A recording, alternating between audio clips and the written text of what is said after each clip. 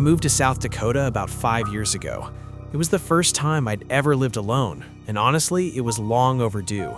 My parents had been on my case for years about getting out of the house, and I finally caved. I'm not exactly a social butterfly, so the idea of living somewhere secluded actually appealed to me. The house I found was in one of the snowier parts of the state, tucked away on a stretch of land where the nearest neighbor was a solid walk away. That was fine by me. For the most part, that's exactly what I got. The first few years were uneventful in the best way possible. I kept to myself, went to work, came home, and didn't bother anyone. I never introduced myself to any of the neighbors, partly because I'm just not that kind of person, and partly because there wasn't much of a compelling reason to do so. The houses out there are so spread apart that you could go weeks without seeing another soul. Everything changed one afternoon in early February. I was at work when the snow started coming down. At first, it was nothing unusual, but within an hour, it had escalated into something else entirely. The wind picked up, visibility dropped to almost nothing, and the roads started getting dangerous. My boss eventually told everyone to head home before conditions got any worse. I drive a lifted truck, so I wasn't too worried about making it back. I've driven through plenty of bad weather before, and the truck has always handled it well. Still, there were certain sections of the drive that had me a little concerned. By the time I finally pulled into my driveway, I was just relieved to be home. But when I went to unlock my front door, I realized it was frozen solid.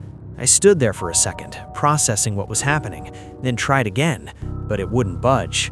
I didn't have a lighter on me or anything else that could generate enough heat to thaw the mechanism. I tried breathing on it, cupping my hands around it, even banging on it a few times out of frustration. None of it worked. I walked back to my truck and sat there, not sure what to do. The heater was blasting, and I told myself I'd just wait out the storm. Maybe it would die down in an hour or two and I could figure something out.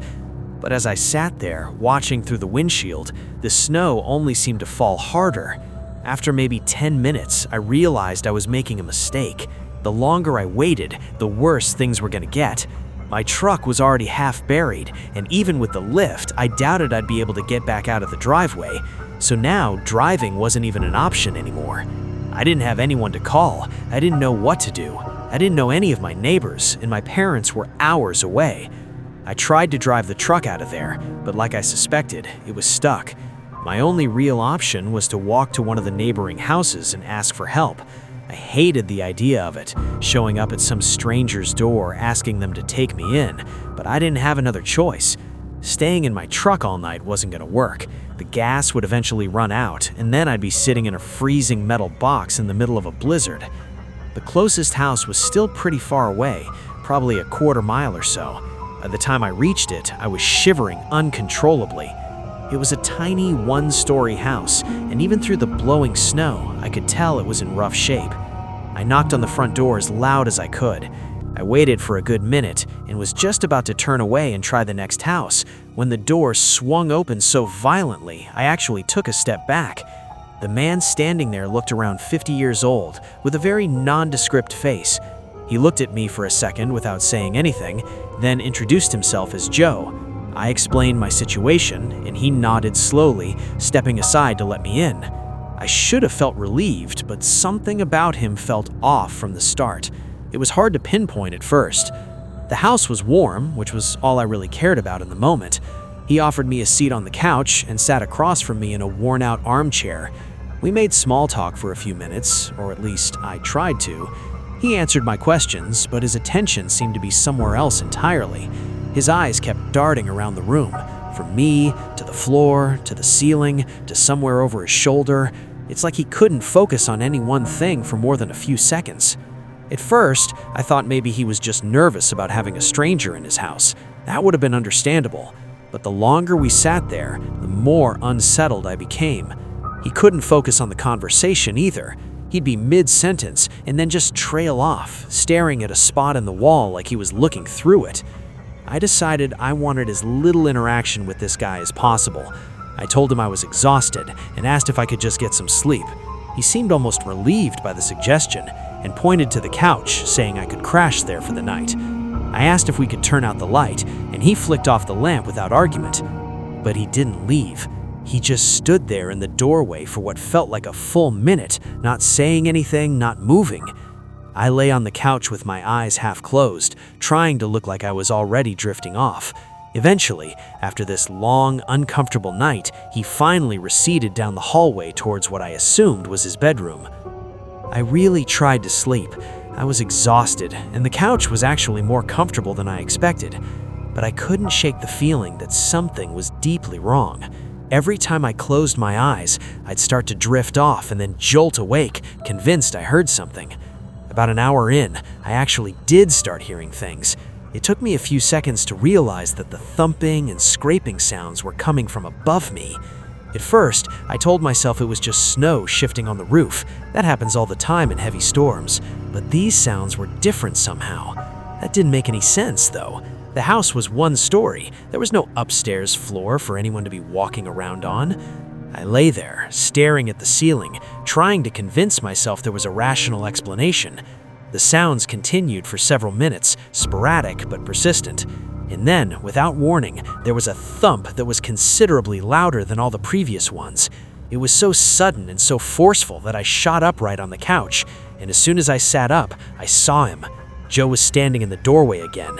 He must have been there for a while, just watching me in the dark, because I hadn't heard him come back. My skin started feeling itchy. I opened my mouth to say something, but before I could get a word out, he literally charged at me. He jumped over the back of the couch and tackled me to the floor. The next few seconds were pure chaos. We rolled around on the carpet, and I realized he was trying to put me in a chokehold. He was stronger than he looked, and for a moment, I thought I wasn't going to be able to get him off me. I kept resisting, and he started yelling. He kept referencing this her, like I was supposed to know what he was talking about. He said she was lonely and something about how she would find me good company. I wasn't thinking about that at all. I was fighting for my life. I finally managed to get enough leverage to shove him off me. I scrambled to my feet, grabbed my coat, and ran for the front door. I didn't even put my coat on. I was too terrified to waste any more time. Behind me, I heard that crazy fuck scream something. I'm pretty sure he said she's not going to be happy or some insane shit along those lines. I ran and didn't stop until I reached the next house. The family who answered the door were normal people, a husband and wife from the looks of it.